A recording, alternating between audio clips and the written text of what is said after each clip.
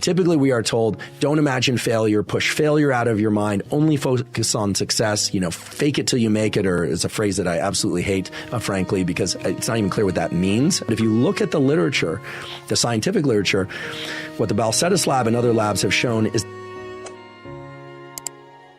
we hear, keep the big goal in mind, focus on the big goal. So now we're going to address, what does the science say about visualizing big goals? If you're somebody who is interested in business, or let's say you're focused on relationship, is thinking about the perfect relationship and what that would look like and the family that you would have and where you would live, is that effective in generating the kinds of behaviors that will lead you to that?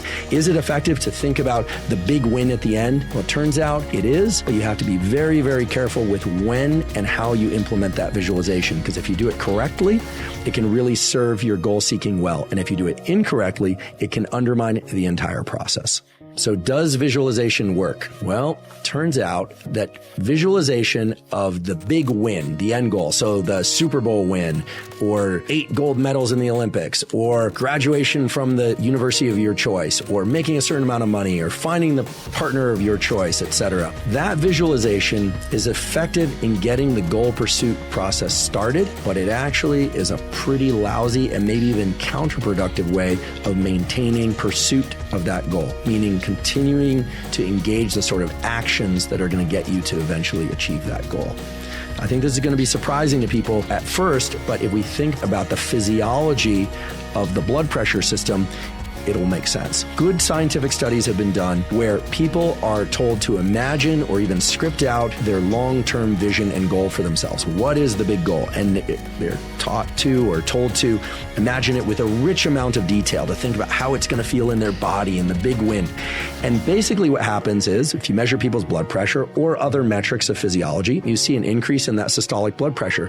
There's kind of a ramping up of the readiness and excitement for that goal. But that increase in blood pressure quickly wanes. And over time, that visual of the long-term goal becomes a poor thing to rely on in order to generate the actions that are required to reach that goal. In fact, there's a much better way to maintain ongoing action toward a goal that also involves visualization, but it turns out it's not about visualizing success, it's about visualizing failure. The Balcetis lab and other labs have looked at whether or not people make progress toward goals of different types, whether or not they're thinking about the goal, they're thinking about that goal line and what they want to achieve, that long-term goal and all the wonderful things associated with it, or whether or not they're thinking about all the ways in which they could fail en route to that goal. Right? This is not typically what we are encouraged to do. Typically, we are told, don't imagine failure, push failure out of your mind, only focus on success, fake it till you make it, or is a phrase that I absolutely hate, frankly, because it's not even clear what that means, and it's not even clear what the ethical form of that is. I think it means continue despite any anxiety or fear that things won't work out. But if you look at the literature, the scientific literature, what the Balcetis lab and other labs have shown is that there's a near doubling in the probability of reaching one's goal if you focus routinely on foreshadowing failure. You think about the ways in which things could fail if you take action A or you take action B, and instead, therefore, you take action C. You're supposed to think about how things could fail if you don't get up and run each morning if your goal is, say, a fitness goal. So let's use that as an example, because even though I realize people are in pursuit of many things, not just fitness goals and physical goals are a very concrete thing that we can all get on the same page about because they're related to actions. Let's say somebody sets a goal of running 5 miles 4 times a week minimum and as many as 7 4 times a week minimum before 8 a.m. Okay. In a previous podcast on habits, I talked about the benefits of not necessarily setting specific times that one will do things, but setting time blocks that one will do things. So you say before 8 a.m., you're going to run 5 miles, and that's going to happen up to 7 days a week. Okay. One version of this would be, okay, sit back in a chair and think about how great you're going to feel and look if you're doing this every day, how your health is going to improve, your blood markers of lipids, et cetera, are going to improve. Okay. Okay, fine.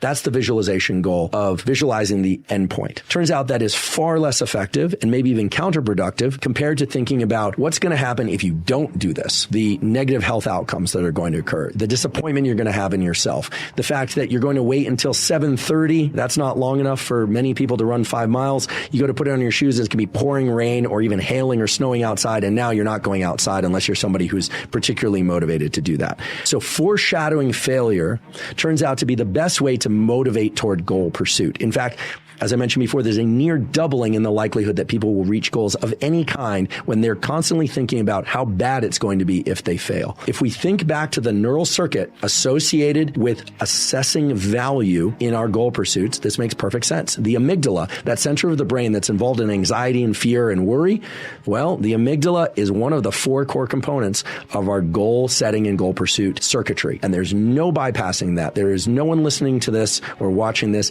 whose amygdala is not involved in their goal setting and goal pursuit behavior.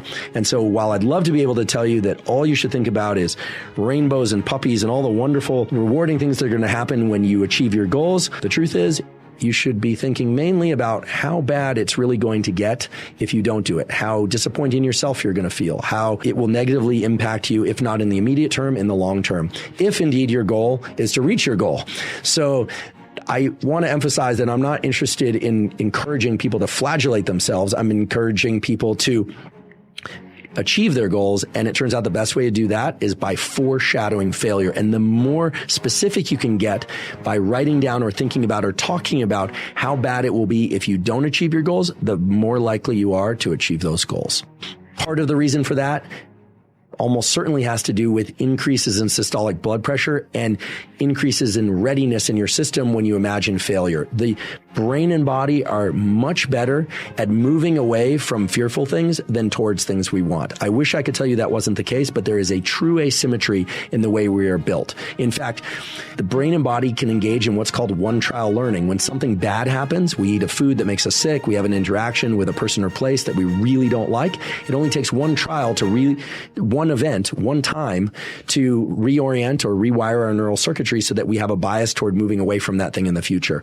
When things go well, unfortunately, that doesn't often occur. If things go really, really well, it might orient our brain and body toward wanting more of that thing, and we'll have neural circuitry changes that will lead us to engage in that particular behavior or interaction again. But it is never as effective as these avoidance circuits. So again, foreshadow failure. If you're going to visualize in a positive way, do that at the very beginning of some goal pursuit. Maybe intermittently, every once in a while, you imagine the big win of, scoring perfect on an exam or winning the championship or the great relationship. But most of the time, if you want to be effective, you should be focusing on avoiding failure, and you should be really clear about what those failures would look like and feel like.